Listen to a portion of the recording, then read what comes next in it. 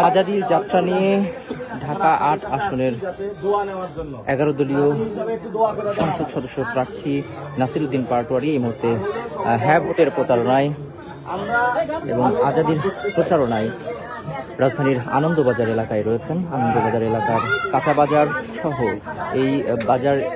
সহ এই মহল্লার গলিতে গলিতে ঢুকে তিনি কিন্তু হ্যাঁ ভোটের প্রচারণা চালাচ্ছেন। আর বাঙালি হোক, মিলিটারি হোক, সেনাবাহিনী হোক, যেটাই হোক, একটা হলে কিন্তু আমরা চাই দেশ শান্তি এবং সুস্থ, যে বাংলাদেশ শান্তি থাকে, যে গরিব মানুষ বড় লোক সবাই সময় মিলে সবাই ইনশাআল্লাহ। আসসালামু আলাইকুম। আমরা একসাথে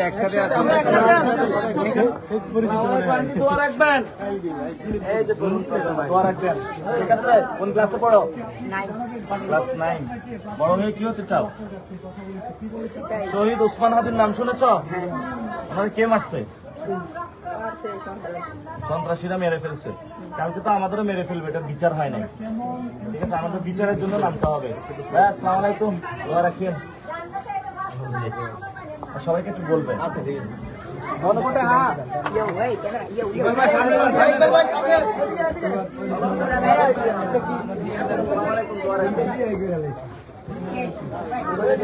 দর্শক, এই মুহূর্তে যুগান্তর লাইভে যারা যুক্ত রয়েছেন সবাইকে স্বাগত জানাচ্ছি। আমি মিনহাজুল ইসলাম, রয়েছি আনন্দবাজার এলাকায়, রাজধানীর আনন্দবাজার এলাকায় ঢাকা ৮ আসনের সংসদ সদস্য পদপ্রার্থী 11 দলীয় যে রাজনৈতিক ঐক্য রয়েছে জামায়াত ইসলামের নেতৃত্বাধীন, সেই রাজনৈতিক ঐক্যের অর্থাৎ নির্বাচনী রাজনৈতিক ঐক্যের প্রার্থী নাসিরউদ্দিন পাটোয়ারী তিনি ঢাকা ৮ আসন থেকে প্রতিদ্বন্দ্বিতা করবেন আসন্ন ত্রয়োদশ জাতীয় সংসদ নির্বাচনে।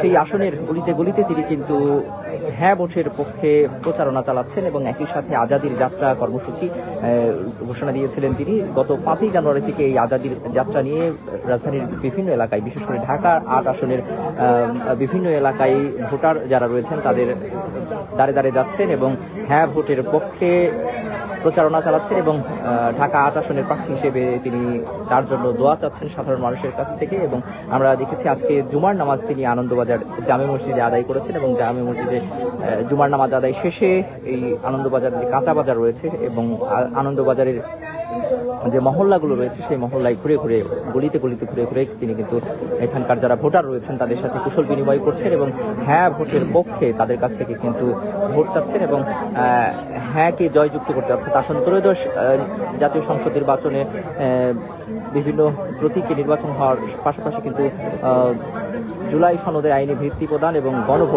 গণভোটে হ্যাঁ এর জন্য কিন্তু তিনি প্রচারণা চালাচ্ছেন। সেই লক্ষ্যেই এখানকার যারা বাসিন্দা রয়েছেন তাদের কাছ থেকে কিন্তু তিনি হ্যাঁ ভোটের পক্ষে ভোট প্রার্থনা করছেন এবং এ সময় কিন্তু ভোটারদের কাছ থেকে হ্যাঁ ভোটের পক্ষে তিনি সমর্থন আদায় করার চেষ্টা করছেন। সেই চিত্র আপনাদেরকে দেখানোর চেষ্টা করছি।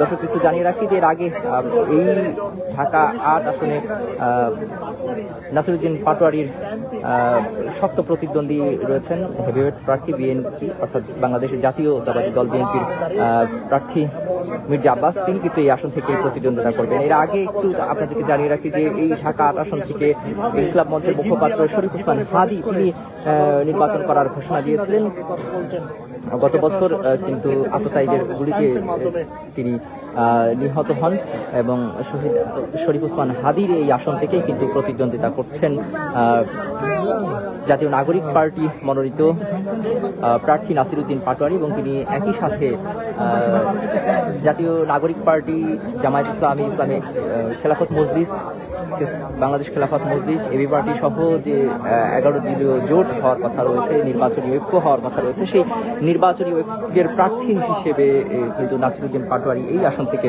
প্রতিদ্বন্দ্বিতা করবেন। তবে এখনো পর্যন্ত জানা যায়নি আসলে কোন প্রতীকে তিনি প্রতিদ্বন্দ্বিতা করবেন, শাপলাকড়ি নাকি দাঁড়িপাল্লা, সেটি আসলে 21 তারিখ অর্থাৎ আগামী 21 জানুয়ারির আগে সেটি বলা যাচ্ছে না। 21 জানুয়ারির পরেই তারা সেটি জানাতে পারবেন। এই মুহূর্তে সরাসরি দেখানোর চেষ্টা করছি এখানকার যে নাসিরউদ্দিন পাটোয়ারীর প্রচারণা।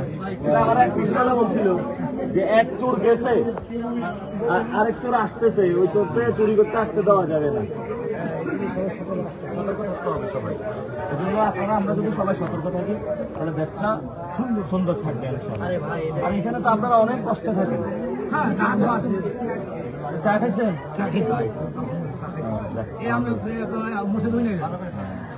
এখানে তো আপনারা অনেক কষ্ট, এগুলো কি মানে ওয়াশরুম অথবা সবকিছু ব্যবস্থা আছে? আছে মানে একটু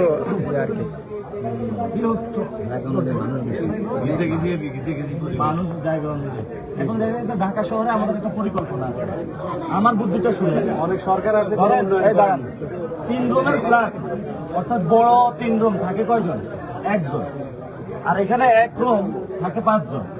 তাহলে আমরা যেটা জাপানে হয়েছে, যদি ছোট ছোট 2 রুমের 1 রুমের ফ্ল্যাট তৈরি করতে পারি, কম টাকায় ভাড়া নিতে পারবে ভালো ভালো জায়গায়, তাহলে ঢাকা শহরে প্রচুর যদি হলো ছোট ছোট ফ্ল্যাট তৈরি হয়, অনেক মানুষ সহজে ভাড়া নিতে পারে।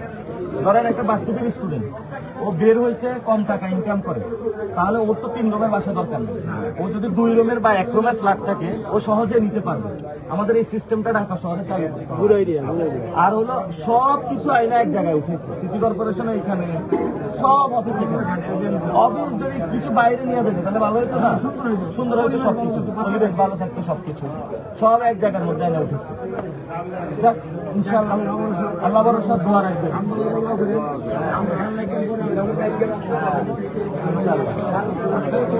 এই কত বার হয়েছে? 6 বার। এখন মাদ্রাসা পড়ো? কি করবা? একটু কোরআন তেলাওয়াত করো তো, শোনা তো। শোনা বলো।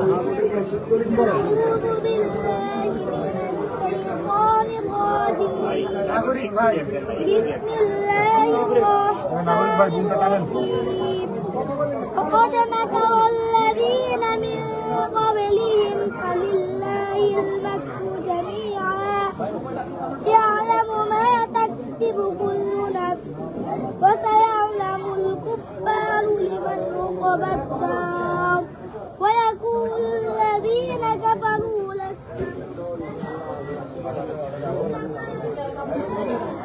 সভাপতি এবং এখানে দীর্ঘদিন থেকে আমি রাজনীতি করি। এখন ইনশাল্লাহ আমরা অনেক গুছিয়ে ফেলছি আমাদের রাজনৈতিক প্রেক্ষাপট। মানুষ পরিবর্তন চায়, মানুষ 5 আগস্ট হওয়ার পরিবর্তন চায়। এখন সেই পরিবর্তনের তাগিদে আমরা ইনশাল্লাহ 11 দলীয় জোটকে আমরা নির্বাচিত করব। এখানে মূল সমস্যাটা কি? আপনারা কি সমস্যার মধ্যে বেশি?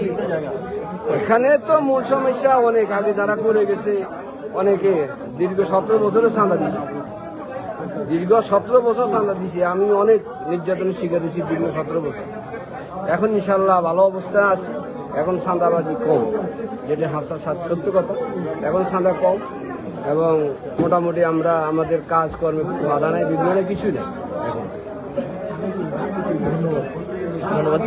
দর্শক, ঢাকা 8 আসনের সংসদ সদস্য পদপ্রার্থী জাতীয় নাগরিক পার্টি এবং 11 দলীয় জোটের প্রার্থী নাসিরউদ্দিন পাটোয়ারির যে আজাদির যাত্রা, সেই আজাদির যাত্রার চিত্র আপনাদেরকে দেখানোর চেষ্টা করছিলাম রাজধানীর আনন্দবাজার এলাকা থেকে। মিনহাজুল ইসলাম, যুগান্তর নিউজ, ঢাকা।